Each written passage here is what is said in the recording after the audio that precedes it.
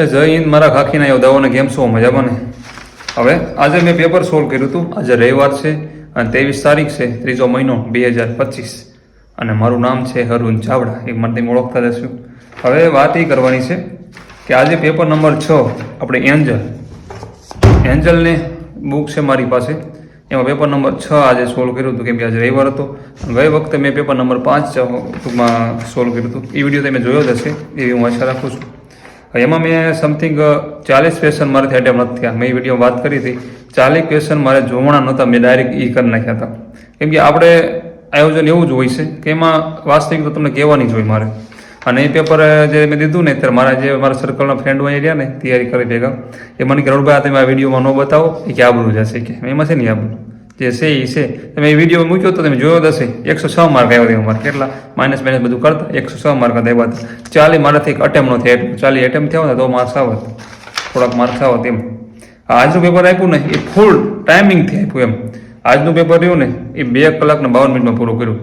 એન્જલના 6ઠા નંબરનું પેપર મેં આજ સોલ્વ કર્યું હતું. 2 કલાક ને 52 મિનિટમાં પૂરું કર્યું પેપર મેં આજ. અને મારે વધારે પૂરતા ગણિતના ક્વેશ્ચન રહ્યા ને એ કરવા પડ્યા. કેમ કે ગણિત તમને ખબર મને નથી આવડતું. ગણિતના ક્વેશ્ચન મારે બહુ જતા એ કરવા, કેમ કે 6 થી માંડી તે 15 સુધી તો નકરા એ જ છે. એની પછી પાછા કેટલા 5 એ કર્યા છે, એટલે નકરા એ કરવાના રહ્યા ગણિતના ઓલામાં તો. અને આજે મેં એવું થયું હતું કે પહેલાં મેં પાર્ટ બી કર્યો, થોડો ઘડીક પાર્ટ બી કર્યો, પછી ગદ્ય સમીક્ષા ઘડીક સોલ્વ કર્યું. એમ કરતાં કરતાં છેલ્લે ગણિત મેં કર્યું. અને છેલ્લે 1 કલાક જેવો ટાઈમ હતો ને 1 કલાકમાં ગણિત મેં કર્યું. અને 1 કલાકમાં મારે જેટલું આવ્યું એટલું મેં કર્યું. તો ટોટલ 150 માર્ક થાય છે. 150 માર્કમાંથી મારે 21 ખોટા પડ્યા હતા. એમાં મેં 5.25 કપાઈ ગયા માર્ક, એટલે મારા ટોટલ 144.75 માર્ક આવ્યા 6ઠ્ઠા પેપરમાં. 144.75 માર્ક્સ આવ્યા છે. પાર્ટ એમાં 59 મેં માર્ક ટૂંકમાં સાચા કર્યા. પાર્ટ એમાં 59 સાચા પડ્યા અને 2 ખોટા પડ્યા અને 19 કરવામાં આવ્યા. કેટલા 19 કર્યા.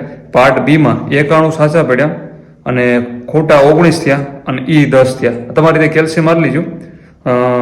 જે બોલવામાં લખેલું છે ને એ બોલું હું, આમાં જે લખેલું હોય ને હું બોલું છું, અને જે મેં નોટ કર્યું એવું બરાબર.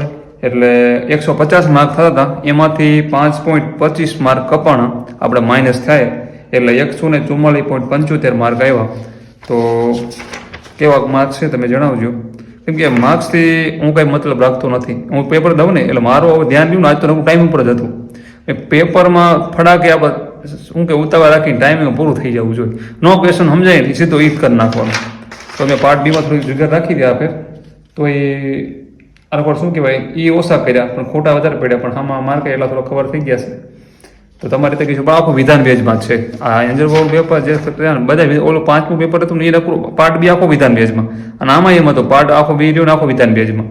એટલે થોડુંક બધું કેવરાવે છે, ટાઈમ ખર્ચ જાય. પેપર એક વાત આપણા માટે એની શું કહેવાય બેનિફિટ જ છે, કેમ કે વિધાન બેઝમાં હોય થોડુંક આપણે વધારે સમજાય આ બધું, પણ ટાઈમ બહુ ખર્ચાઈ જાય. એમ ટાઈમ બહુ જ આપણું લઈ લે. એટલે પેપર બહુ સારું દેવાઈ ગયું. એટલે આજનો રવિવાર હતો એટલે આજ મારે રવિવાર કે સોમવારમાં હું મોક આપતો હતો કોન્સ્ટેબલની. એટલે તમે પણ દેતા છો એ હું આશા રાખું છું. અને મોક દેજો ફરજિયાત, કેમ કે તકલીફ બહુ પડે છે દેવામાં, એટલે દેતા રહેજો એમ. પણ બધા દેતા જ હોય મોસ્ટ ઓફ, પણ એમને ચાલુ રાખજો એમ. આ નવા ઉતાર્યો ને તૈયારીમાં એ બિચારા જે તૈયારી ધ્યાન હોય લોકોને. અને શું કહેવાય મોક હજી સિલેબસ પૂરું નથી, મોક ક્યાંથી દેતા છે. એટલે વ્યવસ્થિત આયોજન કરજો કંઈક. બાકી ઘણા એમ કહેતા કરુણભાઈ કયા પેપર સોલ્વ કરાય, ઘણા હજી મને એમ કહે છે કરુણભાઈ આના સોલ્વ કરો તો ખબર પડે ગઈ, પણ એવું ન હોય કાંઈ. હું એ વસ્તુ માનતો જ નથી. હું એવી વિચાર કરું ગમે એના સોલ્વ કરું ને એક ના કરાય. હવે તમે ઘણા એમ કહેતા હોય કે અમને PDF આને મોકલો, એક પેપર સેટ મને મોકલો, એ કોઈ જ ન સોલ્વ કરાય. ઘણા મને મોકલે. મારે 4000 પ્લસ વોટ્સએપમાં ફ્રેન્ડ છે, 4000 પ્લસ મારા ફ્રેન્ડો છે. હું નહીં માનું તો લગભગ બધા એકેડમીના આપણે આ PDF આવી જતી છે, પણ એ વસ્તુ ન કરાય કોઈ દિવસ. વ્યવસ્થિત બુક લઈને તમારે વ્યવસ્થિત પેપર સેટ બધા એક પછી એક ગમે એ સંસ્થાનું લઈ લેવું. આઈસ છે, GCS છે, જેનું તમે કરો એનું તમને મજા આવે, વેબ સંકુલ છે, પણ વ્યવસ્થિત ફોલો કરો ને એમ.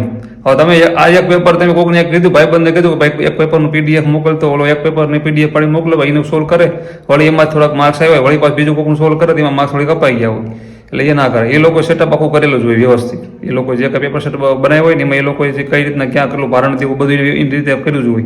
એ આપણે ટેન્શન ન લેવું પડે. જેનું કરવું ને એકનું કરવાનું. અમારી અંગત તમને સલાહ છે, કેમ કે હું અત્યારે કોઈના સોલ્વ નથી કરતો.